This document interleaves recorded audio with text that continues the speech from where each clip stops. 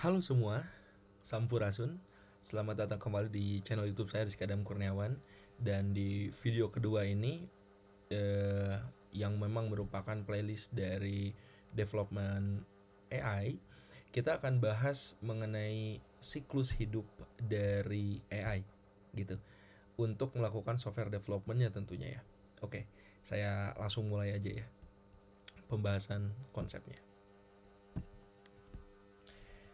Didapat dari referensi Risk Management Framework 1.0 gitu ya, mengenai AI.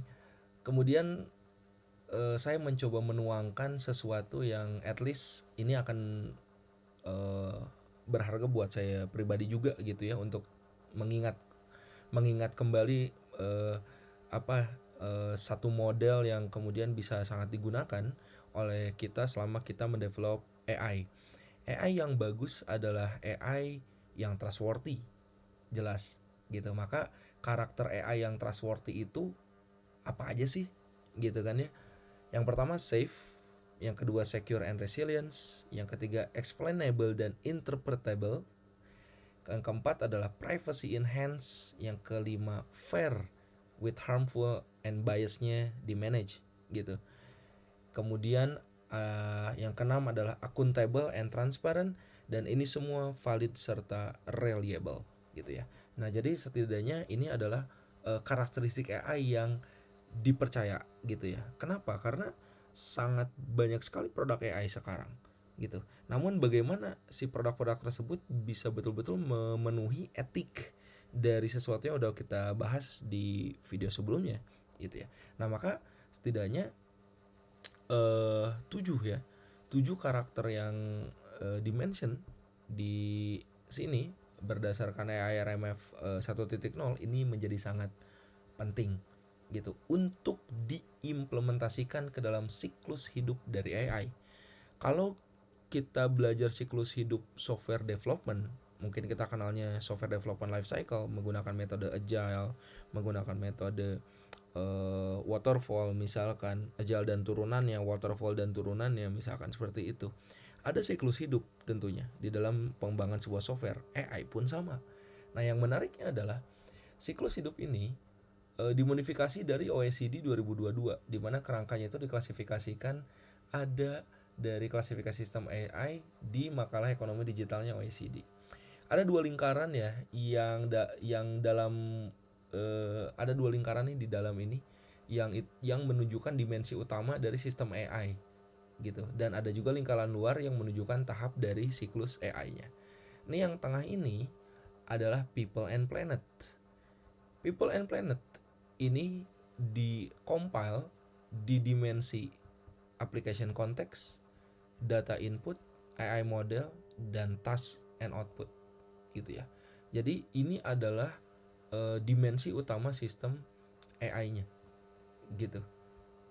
Data input, AI model, task and output, serta application context. Nah, kemudian lingkaran luarnya ini menunjukkan tahap siklus hidup dari AI. Mulainya dari mana? Jelas dari sini. Plan and design gitu ya. Kalau di software development life cycle kan jelas gathering requirement kayak gitu. Kemudian design, coding, testing, implementasi, begitu seterusnya gitu kan. Sampai di monitoring, evaluasi, habis itu balik lagi ke planning. Nah, di sini juga sama. Mulainya dari plan and design, collect and process. Nah, ini yang menarik. Jadi ada proses collecting and processing data. Gitu. Habis ini baru nge-build dan menggunakan modelnya, diverifikasi dan validasi, dideploy dan digunakan, serta dilakukan operasi dan monitor. Nah, harapannya siklus hidup AI yang rekan-rekan coba akan buat gitu ya, itu betul-betul memenuhi siklus hidup ini, dan yang paling penting adalah karakteristik AI yang bisa dipercaya gitu. Jadi setidaknya dua framework ini bisa masuk ke dalam konsepnya pengembangan AI-nya rekan-rekan. Nah, secara detail frameworknya kurang lebih seperti ini nih siklus hidup dari AI. Kita mulai dari key dimensionnya application context, di mana life cycle stage-nya adalah plan and design gitu. Nah, ini secara output pengerjaan bentuknya adalah impact assessment dan audit perencanaan ya. Aktivitasnya adalah melakukan artikulasi dokumen, sistem konsep, objektif, underlying the assumption, kemudian mendapatkan konteks dari legal dan regulatory requirement, serta melakukan konsiderasi dari etik gitu. Betul-betul plan and design ini fokusnya di situ kayak gitu. Dan di bagian paling bawah itu ada representatif aktor. Jadi siapa aja sih role yang ada di industri AI ini yang bisa relate untuk mengerjakan pekerjaan pertama, application context gitu ya. Nah ini beberapa di antaranya jelas adalah auditor, governance, expert, organizational management, si suite eksekutif gitu kan ya. Kemudian AI designer, impact assessor. Nah ini cocok gitu untuk mengerjakan di area application context. Yang kedua adalah fase collect and process data, di mana key dimensionnya adalah data input gitu. Di sini aktivitasnya adalah ngegather, ngevalidasi, dan melakukan cleansing terhadap data, dokumen, dan metadatanya gitu. Sehingga karakteristik dari datasetnya bisa betul-betul terlihat serta bisa memenuhi ethic consideration legal. Maka fase selanjutnya setelah fase plan and design adalah collecting and processing data. Dilakukan oleh siapa? Jelas data scientist, data engineer, data governance gitu. Itu sangat bisa banget gitu untuk mengexecute cycle kedua ini. Move ke cycle ketiga. Nah ini udah mulai nih masuk ke key dimension AI model, dimana mulai nge-build dan menggunakan model serta memverify dan memvalidasinya. Nah ini circle gitu ya, circular gitu. Jadi terus dilakukan secara berulang, di mana aktivitasnya adalah nge-create dan select algoritmanya, menguji modelnya, di-verify validasi, dikalibrasi, diinterpretasikan, serta terus begitu berulang gitu ya. Ini untuk modul atau model AI-nya. Siapa sih yang bertugas melakukan ini? Yaitu dengan data scientist, model engineer, atau dan include dengan si domain expert. Nah ini yang paling penting ya. Sociocultural analysis itu atau harapannya bisa relate dengan application context gitu, sehingga domain expert itu sangat penting untuk include di dalam AI model ini.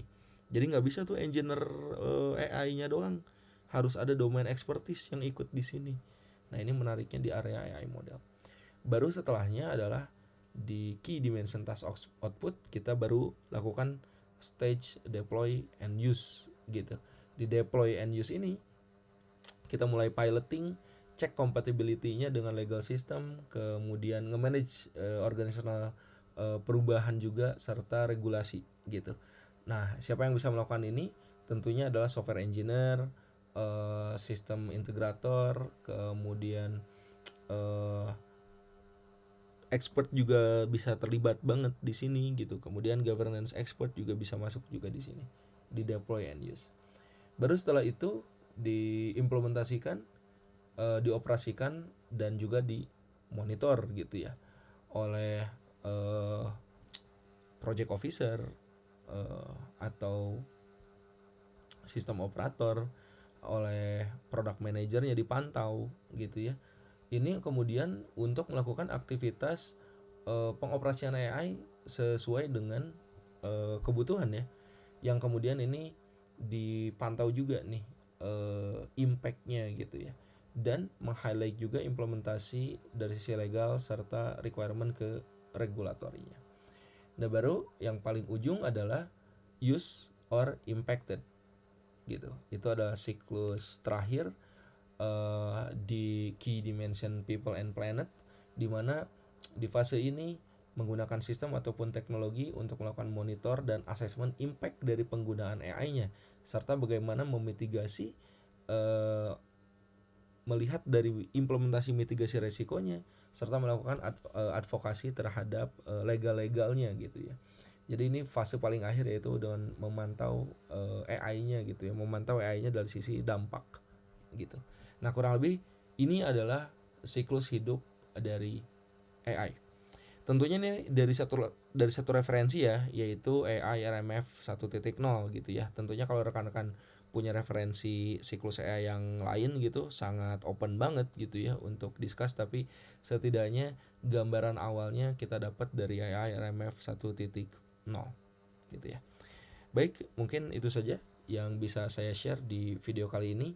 Di video selanjutnya kita akan mulai, nah karena siklus hidup udah mulai dibahas, gimana nih caranya saya akan bisa memulai ngedevelop AI buatan saya sendiri, kayak gitu ya. Nah itu akan dibahas di video selanjutnya. Itu saja yang bisa saya share di video kali ini. Saya izin tutup dengan alhamdulillahirabbil alamin. Hatur nuhun.